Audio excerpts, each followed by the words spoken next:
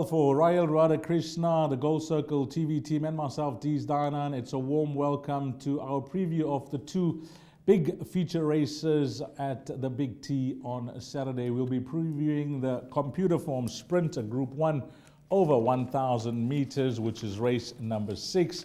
And then we'll be previewing the TAB, the Premier's Champions Challenge. Let me get that right. It's a Group 1 over 2,000 meters. And it brings down the curtain on what has been a wonderful Highveld season. Welcome, Rahul. You've enjoyed the racing from Gauteng. You know, this is the race meeting that brings down the curtain on their Highveld season before they officially hand over to our season, which will be officially on Guinea's Day, featuring the General Stakes. But how's the racing been there for you? You've enjoyed it? Absolutely, it's been some quality racing to look forward to on Saturdays. Some good racing, and I'm looking forward to Saturday's racing once again. As you mentioned, the Computaform Sprint and the race with Kometi Deng. But apart from those two great ones, there are still plenty of features on the day. I think there's around 7 graded races on the day to look forward to. So I'm excited for Saturday. Thus far, if you have to look back over the last 2 months or so, we know that Rain in Holland, she captured the Triple Tiara, great performance. But any standout for you that, you know, if you have to think back over the last 2 months at the Highveld, that, you know, a standout performance for you? I was unprepared for this, but sure. I think Rain in Holland, yes, definitely one of the standouts. Aragosta's win in the Derby was a really nice victory, the way he fought off Zeus in that race. So I think possibly those two horses. What about a horse like MK's Pride winning over a mile, a Group 1 over a mile? I was surprised with that, I must admit, the way he won with absolute ease. I know that Puerto Manzano was right behind him, but he won a really nice race with Muzi in the irons, and we'll see how he goes over 2,000 meters. I'm not quite sure whether he will see out the trip, but I'm sure Paul Peter and Muzieni, they do have a good idea as to how they're going to ride him, so we'll see how he does go on Saturday. Okay, we picked out the two big features, and let's get straight into it. Let's have a look at the field that will come up for this Group 1 over 1,000 meters, one of the premier sprints of the season. And we'll begin at the top, guys. We'll begin with Bohica for Mike and Adam Azzi, and Sumanga Kumalo is no doubt the best man for the job, having won 6 of his 7 starts on this individual. And a big win for him, Raya. When he went down to Cape Town, I know there was some outside betting support for him, but when you looked at the locals that he was taking on, I gave him at best a place chance. He surprised me, but that was the win of his career thus far. Absolutely, a top-class win. And in that race, obviously, Rio Curari looked to be the one that they all had to beat, and Real Gone Kid, they were the two that set the standard there. But Bohica, at around 20-1 in the market, he won a cracking race with Samanga in the irons, and he fought him off gamely to get his nose down where it mattered most.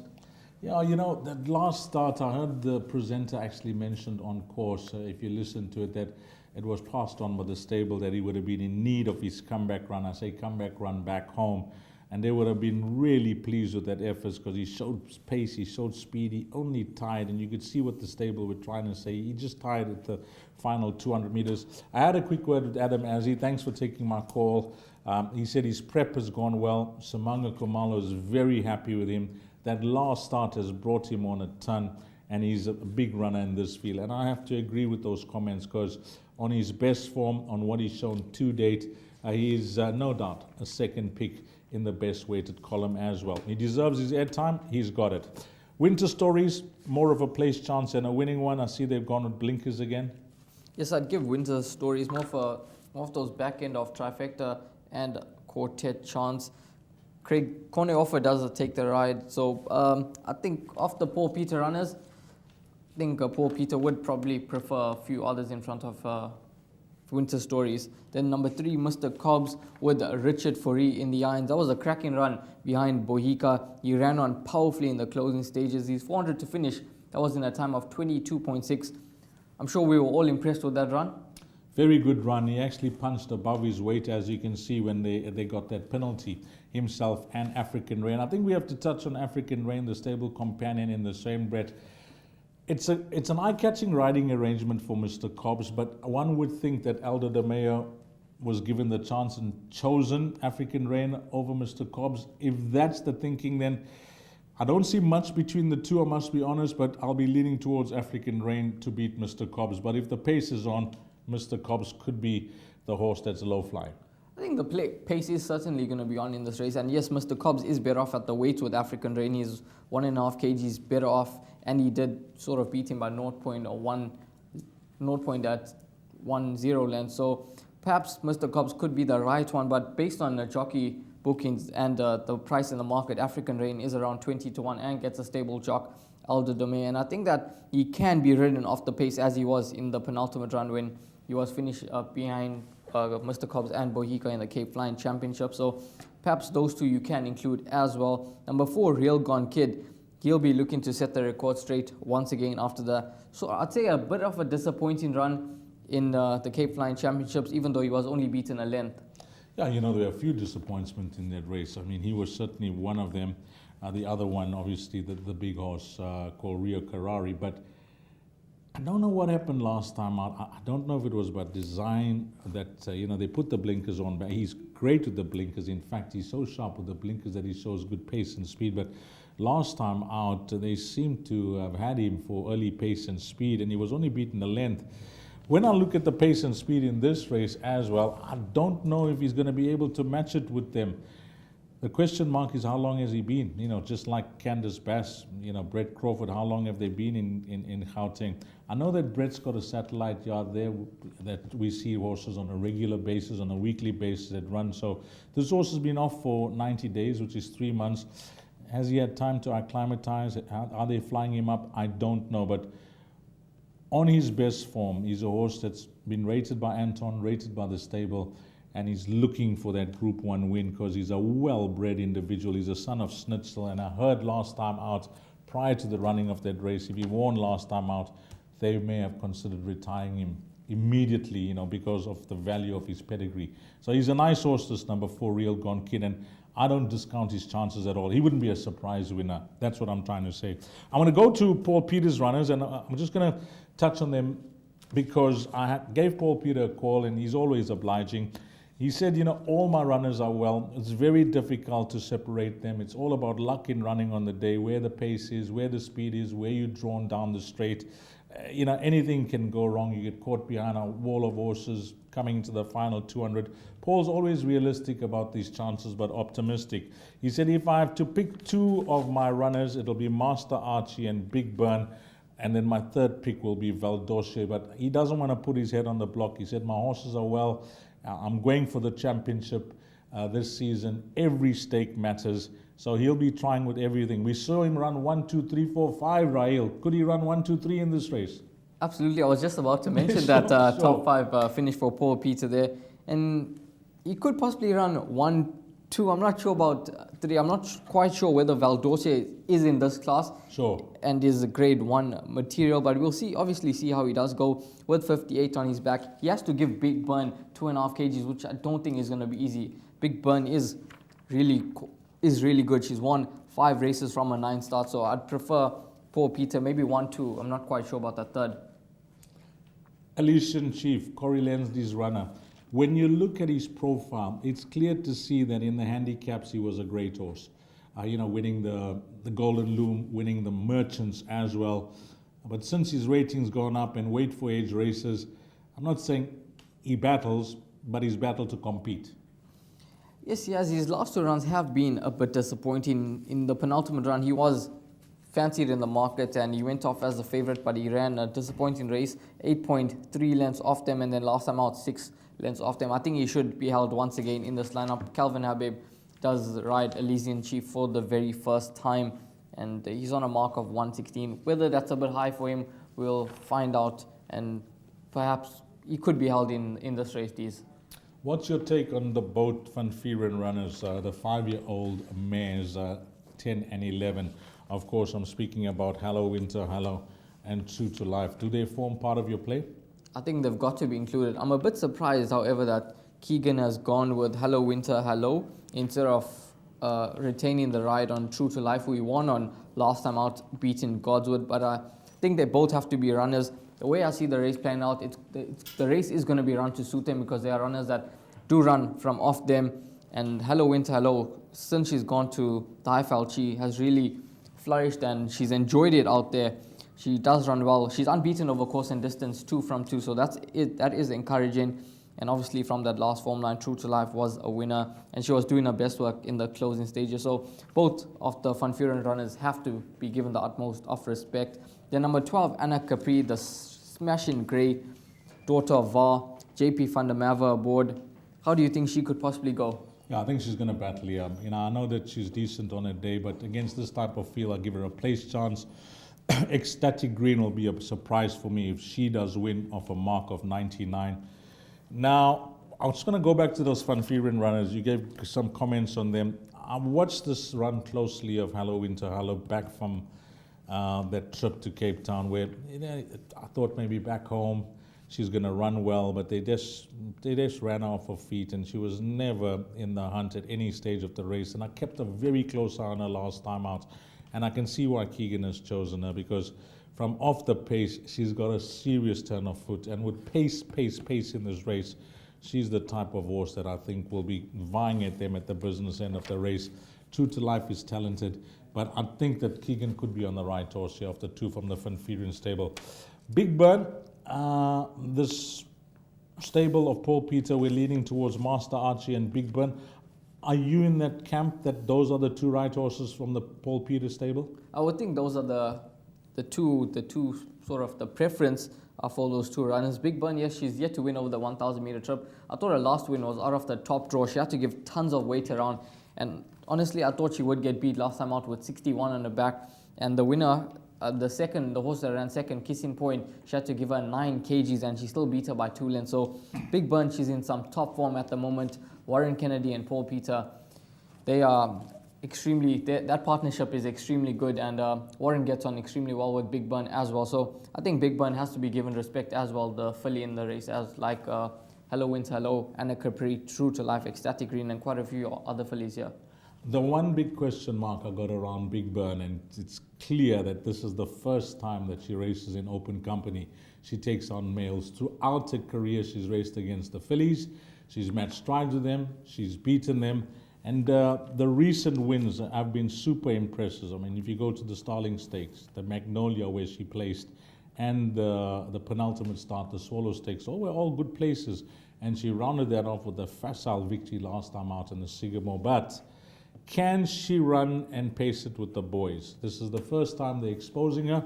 And you'll speak to many a trainer and many a jockey, many an owner, many a breeder, even an analyst, and they'll tell you good fillies can beat the boys at any time, because the ability is in the legs and the heart, not the sex. So we'll see how Big Burn goes here, but she is going to be exposed against the male rivals. Heaven's Girl, well, she'll have a place chance from me at her best, but I can't see her competing at this level. The 3-year-old, clearly, I think Big Burn will give her a hiding. Number 15, Heaven's Girl on paper. When we summarize the race, Ryle, I was leaning towards Real Gone Kid, but after umming and eyeing on how long he's been there, has he taken to acclimatize, whether he's going to have the pace and speed to match them, he's going to be off the pace. There's a lot of question marks that I have that will have to be answered. And all said and done, well, I'm going to go with Boyka. I actually made this decision whilst we're doing the preview because I analyzed the field, I looked at the best weighted column, I heard Adam Azzi's comments when I spoke to him this morning. Samanga's very happy with him as well. That's going to be my roving banker and, possibly the winner in the race as well. You're sticking your head out there on the... Yeah, I mean, when we chatted before, I had different ideas, yes. But, as you start talking about each horse and things just become a bit clearer, so I'm going to go with Boyka. Yes, Boyka, I think he has to be given the utmost respect here, given that he did win the Cape Flying Championship, and it was a really nice win with Samanga aboard. I'm perhaps going to go for value in the race and look at the likes of African Rain, who's at around 20 to 1 in the market, and then Hello Winter Hello. As you mentioned, she's got a really good turn of foot, and with Keegan picking this over True to Life, I'll go with Hello Winter Hello and African Rain as perhaps the two value choices in the race. So maybe I'll play those exactors and swingers with your horse, Boyka, 1, 8, and 10. Well, Ryle hoping for a Cape back-to-back. We saw Rio Carrari win as well last year with Justin Snade. He's hoping that Candice Bass-Robinson can do it in the 2022 renewal. Okay, let's go on to our next race, which is the Tab, It's Tab, the Premier's Champions Challenge over 2,000 meters. It's a Group 1. It's for a stake of 2,000 meters. And whilst it is a small field, it is 13 runners that go to post. I think some of the opposition were possibly threatened by the arrival of Computaform in the race, who is no doubt the deserved top one. And red figures currently trading around 7, 8 to 10. If you shop around, maybe you'll get 9 to 10. I doubt you'll get even money, because this horse has had a prep run, which was last time out, the horse Chestnut Stakes, and you could see clearly that he was going to need the run. There were good comments prior to him running in that race, but it was clear to see that he just needed that run. What did you make of his first run in Gauteng? It was a distance that at these days is sharp for him, but I thought it was a commendable performance considering the traveling he had to acclimatize, but he's now been there for 2 months. It wasn't a bad run at all, just beaten 3 lengths behind MK's Pride, and given, as you mentioned, Dees, it was over a distance that is not his best at where he is in his career at this point in time. So 1,600 perhaps on the sharper side for him. 2,000 is going to suit him down to the ground, and yes, he 100% is a horse that they all have to beat here, now that he gets 400 meters more. Michelle Ricks took my call. Thank you, Michelle. I know you watched the show as well. I'm very happy with his prep. He's doing exceptionally well. He's going to be better distance suited this time round. Gavin Lorena is really happy with the progress he's made from his last start, and we are hoping for the best. I posed a question to Michelle, and she, she's always optimistic as well. And I said, "You were so confident on Met Day. Are you as confident?" She said, "Yes, Dees, I can hope for the best, but we are taking on, the best in Gauteng, and it's difficult to win outside your province, but we'll be giving it a full go." And she sounded as confident as you can be.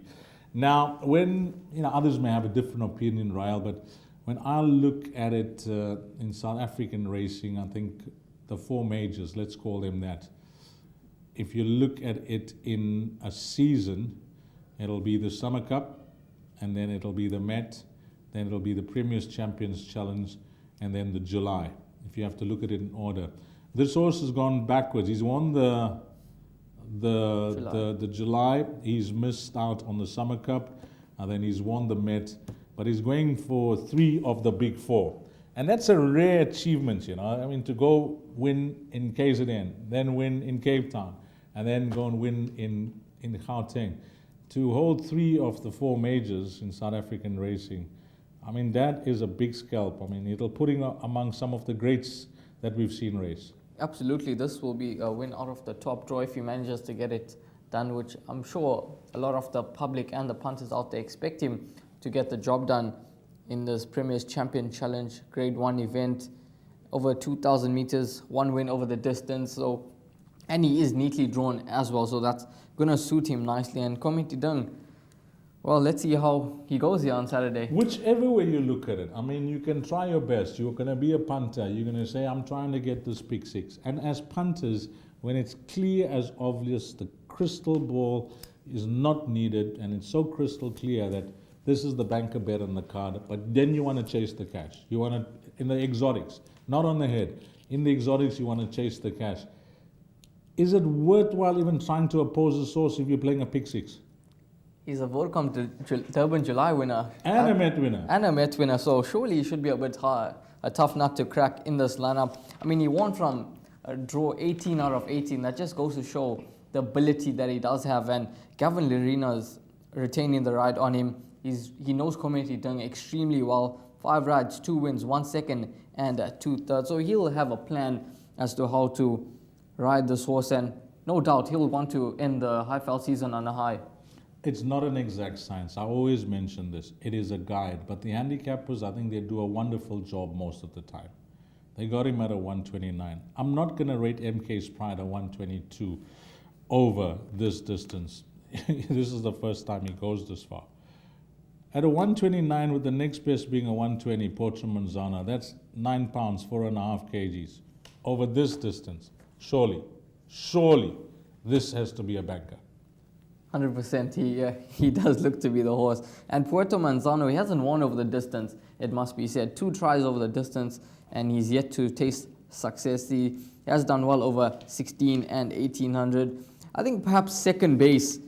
At level weights, I'm not quite sure whether he will get close enough to Kometi Dung, but I just feel he could be the value in the race if you look into structure an exacta bet, or perhaps even a swinger. Maybe number 1, Kometi Dung, and the 4 second base, who is at around 12.5 to 1 in the market. He does get barrier position 1 as opposed to his last sort of 7 starts where he's been drawn 7, 15, 10. So he's drawn a lot better now, and Keegan won on him last time out. So I thought that was a really nice win when he beat Zilzal. So second base is the value for me in the race, and he has run well over the course and distance. 3 tries for 1 win and 1 second. Well, I'm going to give you some confidence with regards to his last start, just to enhance the form line. Golden Pheasant has won. A subsequent winner has been Imperial Ruby, coming and winning here in KZN. So that form line's held up well. MK's Pride. Now, of the Paul Peter runners, he mentioned Shangani's got a place chance, but MK's Pride, he's very happy with his last win. I asked Paul Peter about the distance, and he says Muzi thinks the horse will stay, and he's working exceptionally well. We're hoping that he gets the 10 furlongs, because if he does just that, he has to be a factor on the way he won over 1600 last time out, and I thought that was a top class ride. So the distance is a question mark, no doubt about it, but on advice from the jockey that he will get the distance, they've elected to go for this race with MK's Pride. So that's the comments of Paul Peter. Anything from the Sean Terry stable? We know when it comes to these big days, the stable that comes alive. Anything from the Terry yard that catches your eye? Flying Carpet is a Summer Cup winner, and so is number 5, Zilzal. So they both have course and distance wins. So perhaps they both need to be given some sort of a chance in this lineup. Whether they're as good, a place chance, yes. I'm not quite sure whether they are as good as Kometi Dung, but we'll see on Saturday. And I'll include number 5 and 6 both in trifectas and quartets. I want to go to number 12, Sparkling Water. Are you waiting for this one, aren't you? Absolutely. You're waiting for this one, Ariel. Now, in the best weighted column, Sparkling Water is 9 points behind Kometi Dung, and on handicapping terms, she's a 115, receiving 2.5 kgs from Kometi Dung. Do you make her the immediate danger? What is she a 115 over? I mean, if you have to be realistic about her rating, I know when she ran 3rd behind second base, she was given 2 points to a 114. But I would think the way she won in Cape Town over 800 meters, that's her rating over a bit further. If this was 2 furlongs, I'm not even talking about the Hollywood Bets July distance, which is 2,200 meters, 2,400 meters. If it was over 2,400 meters, she would have been a standout. She would have never been around 9 to 2, 4 to 1. She would have been closer to 15 to 10. I just think that the longer running at Turffontein obviously suits her. We saw it last time out over 1,600 meters. She was gaining. Princess Color, the bird had flown. Under your spell, great run, but she was gaining. She was the 3rd best finisher, no doubt. Behind those top 2, she was finishing best of the rest. That was over a mile. The longer running was going to suit her. 2,000 meters will suit her as well. But is she going to run out of runway? That is my thing with Sparkling Water.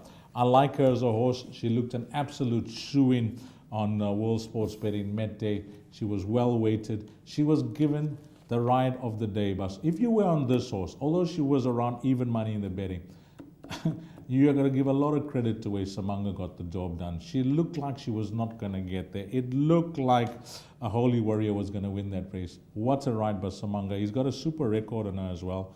So with her, it's all about how far back she's going to be. I don't think she will be as far back. Just 13 runners go to post. But will they catch her flat-footed halfway down the straight? That's the way I see it. I've got a lot of respect for her. As I mentioned, we spoke about Big Burn in the previous race. A good filly can beat the best, of course. She looks like a special filly, Sparkling Water. So I like your thinking. If you're trying to beat Kometi Dung, maybe this is the filly that could do you a favor, but I doubt it. I know it's looking a bit too far in the future, but perhaps a Gold Cup? Yeah, no. You have to the staying race. I mean, Mike's got so many options with this filly. I mean, we can't be the judge on where Mike's going to be racing his horses. I mean, he's got plans that even the great Houdini hasn't even thought of yet. You know, Mike surprised me on many occasions on the way he's placed his horses. So he got options. I mean, she could have gone for the gold ball, and she would have been an absolute shoe in there, which has been race number 10. But they opted to go for this race because of the cherry, which is 2 bars. That's what it is. It's 2 million. That's the stake. And if she runs a place, it's a good payday for the connections as well. And it gives a enhanced black type, being a Group 1 as well. Quick comment on Zeus, because he set the record straight after what was a disappointing run in the Derby. But in the Classic. He set the record straight in the Derby. The Classic, I don't know what happened there. But in the Derby, at one stage, he looked like he could win this. He made a race of it. Credit to the horse. He bounced back in a big way. Absolutely. Smashing run, and Keegan rode him for the very first time there. And he was only beaten half a length by Aragosta. But Gavin Lerena would have a fair idea of how good Zeus is and how good Kometi Dung is. And given Zeus 3.5 kg, I don't think that's enough for Zeus to possibly get the better of Kometi Dung. So larger trifectas and quartets then I'd include number 13 Zeus, who isn't drawn the best out at gate 11. Now you are a bit part of the inner circle. How good do you think some of these jockeys are as judges? You're putting me on the spot once again. Okay. I think some of these jockeys, they are quite good judges, and they must have a fair understanding. But if we're speaking about Kometi Dung and Zeus, it's a no-brainer. It's a no-brainer that. You don't even spend a coin for that. No, not at all. You use a There's coin no that's heads got or two tails heads. between those. Yeah. Absolutely, it's 2 heads on a coin there. Kometi Dung is surely the better horse at this point in time than Zeus. Whether Zeus will go on from here, we will find out. And if I'm not mistaken, he is a half-brother to one of the Fabian Habib runners out of your league. Yes, who won the Derby. Correct. So, and Zeus was just beaten in the Derby. So, Kometi Dung, I'd say he's going to be a tough nut to crack. But for the value in the race, I'm going to be with number 4, second base. And from your side, Dees? Yeah, I think in summarizing Kometi Dung, and they're going to bring everything to Gauteng and make a jump there. This has been his main target. We know that it's been set after the running of the World Sports Betting Met that we're going to be going for this race. We're going to go up to Gauteng, try and beat them in their backyard, and see if we can win 3 of the 4 majors in South African racing. Wouldn't that be something? Because he's a special horse. Michelle Ricks, Harold Crawford, Ashwin Reynolds, Gavin Lerena, the entire team. He's given them 2 massive races thus far. Now the Hollywood Bets, Durban July, the World Sports Betting Cape Met, and he's aiming to put what is now known TAB, the Premier's Champions Challenge, over 2,000 meters to his name. And wouldn't that be something? Because he's a special horse, and he's certainly the horse to beat. Number 1, Kometi Dung. I'm going to give him 5 stars. I think that he would have come on a ton. If anything is going to beat him, well, it could be him just having an off day, because he's that good. And he is the reigning Hollywood Bets Durban July favorite. Well cleared. The only horse in single figures. Have you had a look at the anti-post for the Hollywood Bets July, the 64, 68 that were entered? Have you had a look at the betting? I've had a quick glance at it. I know that Kometi Dung is priced up at around. He's the only horse in the single digits, yeah. Yes. And then I think it's 10-1 and better by the balance, and you can get huge prices about some of the other runners. And I think it's a good time to sort of spot your sort of roughie for the Durban July now with the anti-post betting out. He's going to be carrying top weight. Depends what happens with Jet. He's going to be carrying top weight or close to that. He's around 7-8 to 1, depending where you shop around. Do you suggest that if you like him to follow up on the Hollywood Bets Durban July, to back him before he wins here? I think you have to, because he's no doubt he's going to shorten if he manages to get the job done here in the Champions Challenge, this Grade 1 event. So, I mean, I think if he does win here, he should shorten maybe 5 to 1 in the market, and then 4 to 1 is too short, right? You think a bit too short? 4 to 1 is too short. He'll shorten, but I don't know whether it'll be a point or maybe a point and a half, but he'll definitely shorten. But whether he's going to do it or not on Saturday, well, my hopes lie with the stable. Yes, we try not to be as biased as, we're never biased, let's put it that way. we're never biased, but this horse, he is a clear standout in the tab, the Premier's Champions Challenge. And I think that's a wrap of it, Rael. Pleasure doing it with you. You're going to be watching from the couch, I presume? Absolutely. You're going to be glued to the TV screen and hopefully comment to Dung and second base so they could be the first two in race number 7. Thanks, Rael Radhakrishna, and for the team and myself, Dees Danan. Have a blast. Have a wonderful weekend racing. Find all the winners, but more importantly, try and find the double in the 2 Group 1s, the Computaform Sprint and the Premier's Champions Challenge. Until we meet again, you take care. Salani Gasle.